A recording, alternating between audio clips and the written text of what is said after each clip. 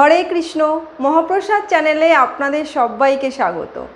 আজ আমি মহাপ্রসাদ চ্যানেলেরই একজন শুভাকাঙ্ক্ষীর অনুরোধে ধোকার ডালনার রেসিপি আপনাদের সঙ্গে শেয়ার করব। আশা করি আপনাদের সবার এই রেসিপিটা খুব ভালো লাগবে। তাহলে দেখে নিই আজকের ধোকার ডালনার রেসিপি। ধোকার ডালনার জন্য আমি এখানে 1 কাপ পরিমাণ ছোলার ডালকে ওভারনাইট জলে ভিজিয়ে রেখেছিলাম। এবার এটা আমি একটা মিক্সিং জারের মধ্যে দিয়ে দিচ্ছি।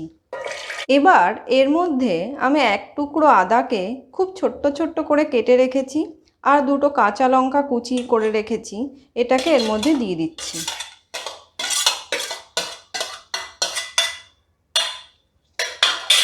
আর একটুখানি জল দেব, বেশি জল দেব না, অল্পই জল দিলাম আমি। দিয়ে এবার এটা মিক্সিতে বেটে নেব। খুব মিহি করে বাটবো না, অল্প অল্প দানা দানা থাকবে, এরকমভাবে আমি বেটে নেব। দেখুন ডালটা বাটার পরে ঠিক এরকম হবে। ডালটা একটু হালকা দানা দানা থাকবে, পুরো মিহি হবে না। এবার আমি এর মধ্যে একটু নুন, আমি এই চামচের 3 চামচ মতো নুন দিলাম।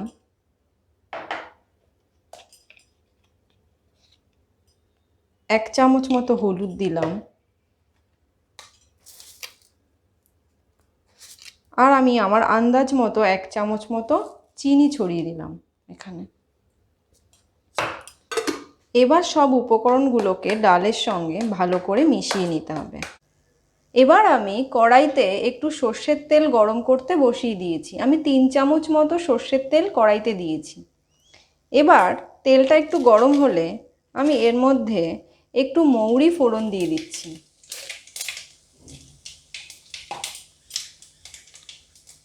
আর আমি একটুখানি হিং এর মধ্যে দিয়ে দিচ্ছি, খুব সামান্য হিং দিতে হবে। গ্যাসের আঁচটা আমি একদম কমিয়ে দিলাম।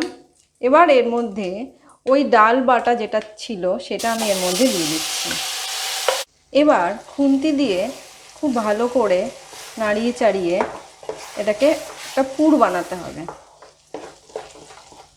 গ্যাসের ফ্লেমটা আমি এখন লো থেকে একটু মিডিয়াম করে দিচ্ছি। এই ধোকার ডালনা খুব সনাতনী একটি বাঙালি রান্না। এটা সবার খুব প্রিয় হয়। আপনারাও বাড়িতে এই ধোকার ডালনা বানিয়ে দেখবেন, খুব ভালো লাগবে। তবে এই ধোকার ডালনার টেস্ট একটু আলাদা। এটা অনেকটা অনুষ্ঠান বাড়ির মতো হবে খেতে। এইভাবে অনবরত এটাকে নেড়ে যেতে হবে। আমি গ্যাসের ফ্লেমটা আরেকটু বাড়িয়ে দিলাম। এইভাবে অনবরত নাড়াচাড়া করতে করতে যখন পুরটা এরকম কড়াই থেকে একটু উঠে আসবে, তার মানে এই পুরটা একদম তৈরি হয়ে গেছে। এবার আমি গ্যাসটাকে বন্ধ করে এটাকে একটা ট্রেতে নামিয়ে নেব। আমি এই স্টিলের ট্রেতে একটু সর্ষের তেল চারিদিকে খুব ভালো করে লাগিয়ে রেখেছি। এবার আমি এর মধ্যে ধোকার ডালনার পুরটাকে ঢেলে দেব।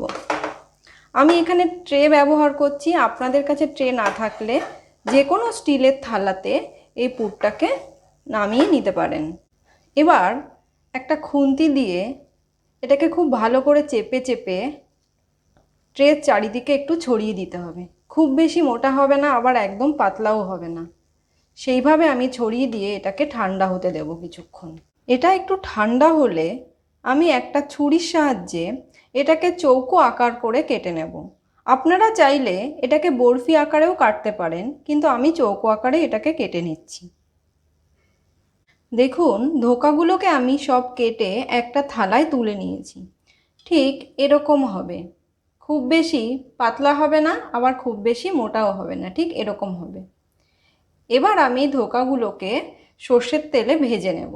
আমি কড়াইতে বেশ খানিকটা সর্ষের তেল গরম করতে বসিয়ে দিয়েছি। তেলটা খুব ভালো করে গরম হলে আমি এর মধ্যে ধোকাগুলোকে দিয়ে ভেজে নেব।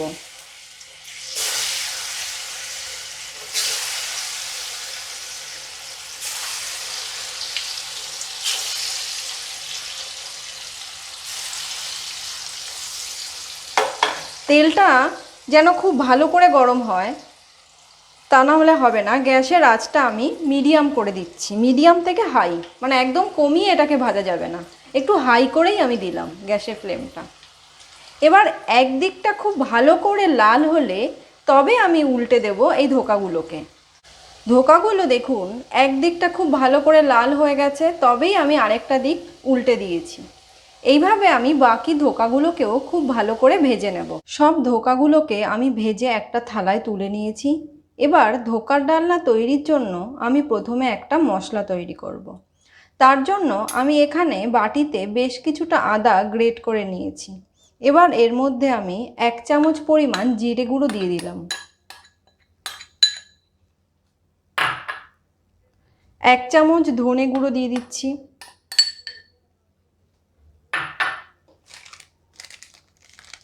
আর হাফ চামচের মতো একটু কাশ্মীরি লঙ্কার গুঁড়ো এর মধ্যে দিলাম। এবার একটু জল দেব, দিয়ে মশলাটাকে গুলে রাখবো। এছাড়াও আমার আরও কিছু মশলা লাগবে, সেটা আমি পরে আস্তে আস্তে দেব। ধোকা ভাজার পর কড়াইতে যেটুকু তেল ছিল ওই তেলের মধ্যেই আমি একে একে একটু গোটা জিরে ফোড়ন দিলাম, সাদা জিরে, একটা তেজপাতাকে ছিঁড়ে দিয়ে দিলাম, 2টো শুকনো লঙ্কা দিলাম। ফোড়নটা একটু ভাজা হলে তারপর আমি এর মধ্যে যে মশলাটা গুলে নিয়েছিলাম সেই গুলে নেওয়া মশলাটাকে দিয়ে দিচ্ছি। গ্যাসের ফ্লেমটা আমি মিডিয়াম করে দিয়েছি।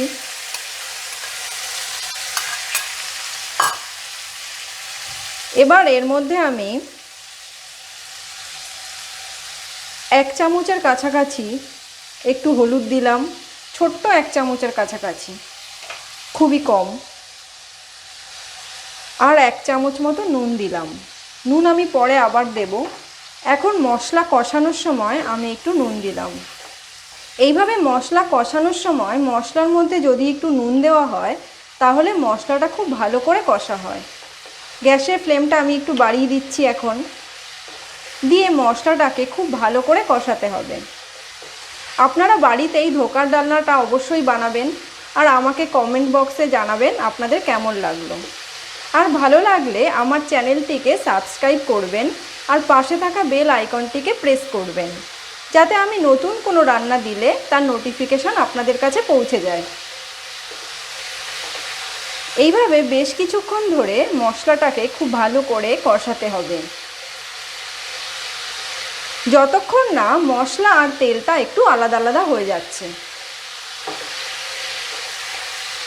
মশলাটা যদি ভালো করে কষানো না হয় তাহলে মশলার একটা কাঁচা গন্ধ ধোকার মধ্যে ঢুকে যাবে আর ধোকাটা খেতে একদমই ভালো হবে না।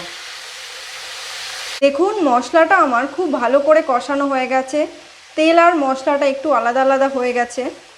এবার আমি এর মধ্যে একটা বিশেষ মশলা, এখানে বাটিতে আমি 1 চামচ চারমগজ, 2 চামচ নারকেল কোড়া আর একটা কাঁচা লঙ্কাকে খুব ভালো করে বেটে নিয়েছিলাম। এবার সেটাকে আমি এর মধ্যে দিয়ে দিচ্ছি। আর এর মধ্যে আমি একটা টমেটোর হাফ, সেটাকেও এর মধ্যে একসঙ্গে বেটেছিলাম। এবার এই পুরো মশলাটাকে আমি এর মধ্যে দিয়ে দিচ্ছি।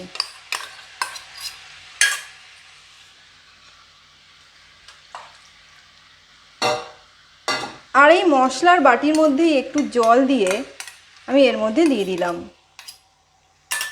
আমি এখানে পুরো গোটা টমেটো দিইনি, আপনাদের যদি ধোকার পরিমাণটা বেশি হয় তাহলে এখানে গোটা টমেটো দিতে পারেন। এইভাবে পুরো মশলাটাকে ভালো করে মেশাতে হবে। এবার আমি এর মধ্যে হাফ চামচ মতো চিনি দিয়ে দিলাম। আপনারা এই চিনিটা নাও দিতে পারেন, কিন্তু ধোকার ডালনা সামান্য একটু মিষ্টি দিলে খেতে খুব ভালো হয়। এবার চিনির সঙ্গে মশলাটাকে ভালো করে মিশিয়ে কষাতে হবে। দেখুন মশলাটা কষাতে কষাতে একটু তেল ছেড়ে দিয়েছে। এবার আমি এর মধ্যে একটা কাঁচা লঙ্কাকে কাঁচি দিয়ে টুকরো টুকরো করে কেটে এর মধ্যে দিয়ে দিচ্ছি।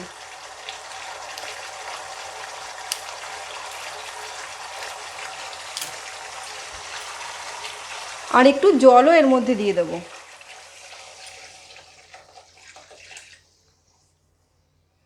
1 মগ জল আমি এর মধ্যে দিলাম। এবার আর একটু নুন দেব। আমি প্রথমে 1 চামচ নুন দিয়েছিলাম, এখন আরও 2 চামচ মতো নুন এখানে দিলাম।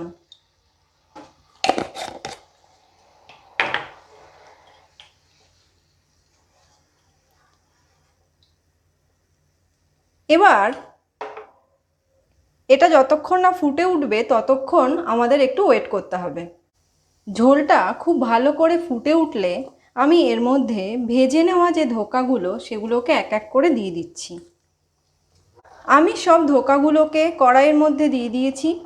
এবার গ্যাসের ফ্লেমটা আমি মিডিয়াম করে দিলাম। মিডিয়ামে রেখে 4-5 মিনিট ধোকাগুলোকে ভালো করে ফুটতে দিতে হবে। 4-5 মিনিট ফোটার পর আমি গ্যাসের ফ্লেমটা একদম কমিয়ে দিলাম। কমিয়ে দিয়ে এর মধ্যে একটু গরম মশলা গুঁড়ো দিয়ে দিচ্ছি।